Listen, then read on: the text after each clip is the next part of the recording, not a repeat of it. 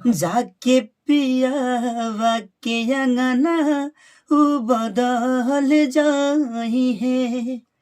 इनका खातिर पगला के लोरवो नया रहता।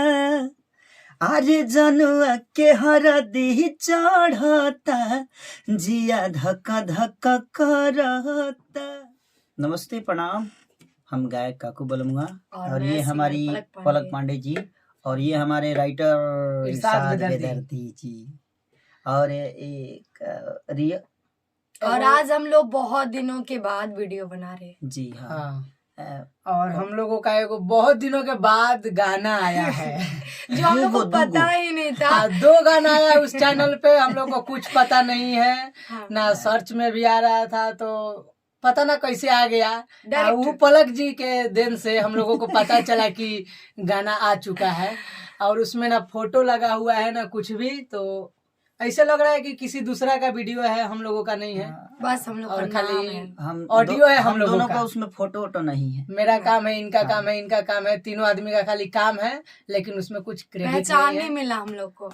तो वो गाना है रिकॉल म्यूजिक मेनिया और वो आप लोग सर्च करिएगा तो अबे नहीं करेगा, पता नहीं कैसे हम लोग कौन सा चैनल पे दे दिए गाना। छोड़िए वो सब तो होते रहता है, लेकिन खाली काकू बलमुआ मारिएगा तो खाटी मरद अहिरान एगो गाना है और एगो बहुत जोर शोर रहे कि हमने के अहिरान पे वो गाना आवे हमने के पूरा गांव मोहल्ला जैसे कि पूरा यादव समाज भी कहलक तो हमने के वो गाना लेके नहीं। और हम लोग बहुत खुश भी थे ना कि उस गाना से हम लोग हिट हो जाएंगे। वो गाना ना हिट का बात नहीं है, गाना बहुत अच्छा था।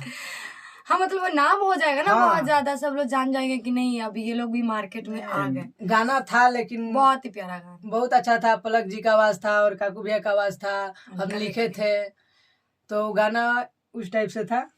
पलक जी की आवाज में अभी सुन लीजिए कैसे था। सुना नहीं हूँ लेकिन आप लोग यूट्यूब पे जरूर सुनिएगा।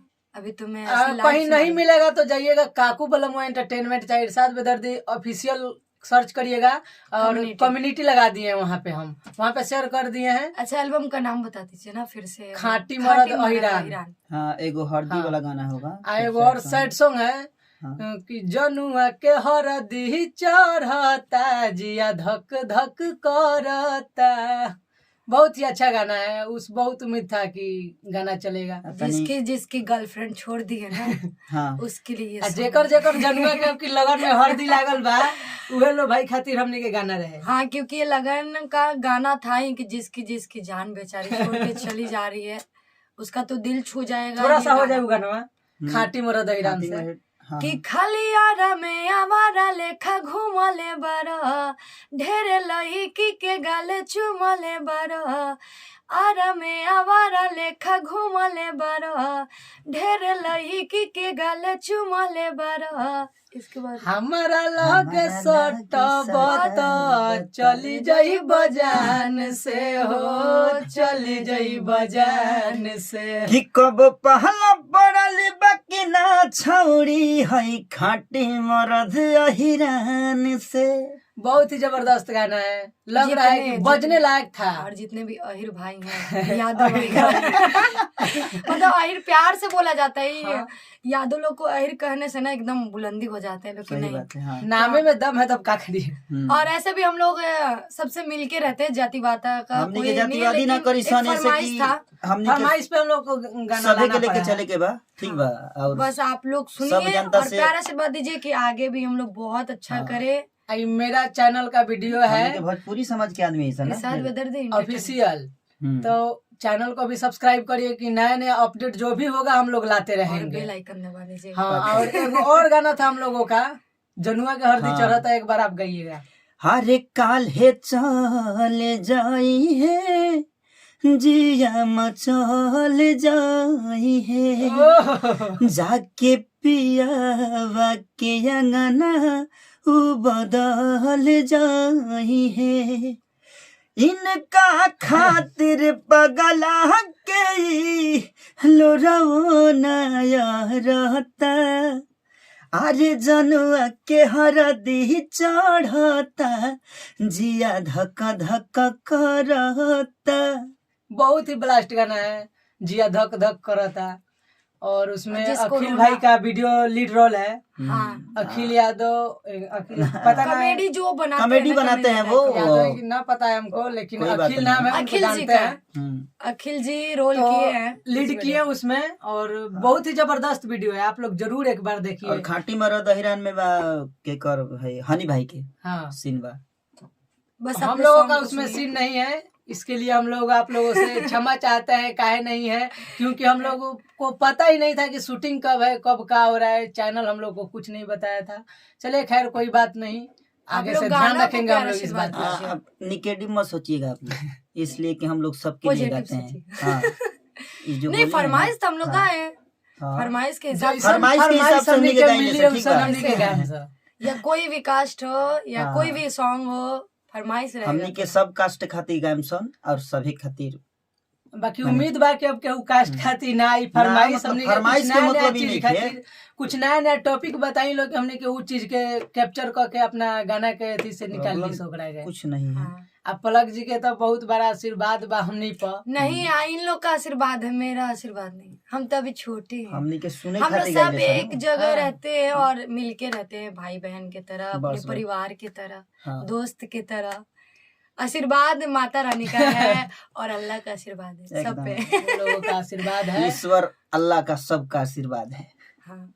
हाँ। बस आप लोग प्यार आशीर्वाद बनाए रखिए कि ताकि हम लोग भी आगे बढ़े, मेहनत करते हैं हम लोग भी, हाँ और आप लोग के प्यार मेहनत आशीर्वाद से करते ही- हैं तो फल देना पब्लिक के हाथों में है। हाँ बस हम लोग फल के लिए और बेचैन हैं। आप कब लोग- मिलेगा?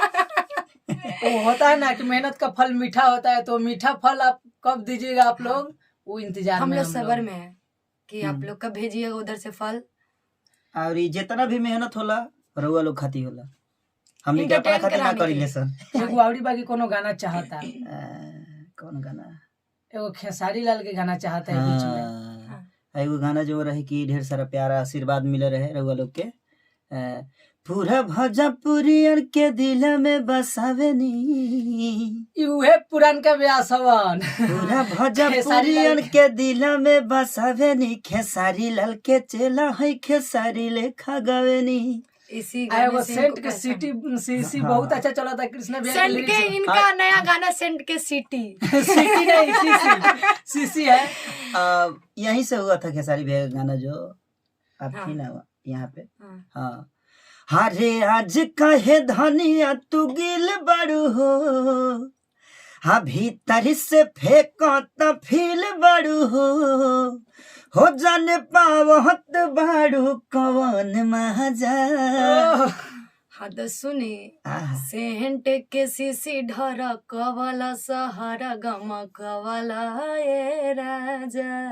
अरे हमारो मिजाज बम कवला शहर गम कवला ए राजा। बहुत ही अच्छा गाना बा। हरे तने पदीवाना बड़ू कुछ न करत महना बड़ू। तो राजा मन करे सट रही कजरे में अब ढूक जाना आज आके कजरे में।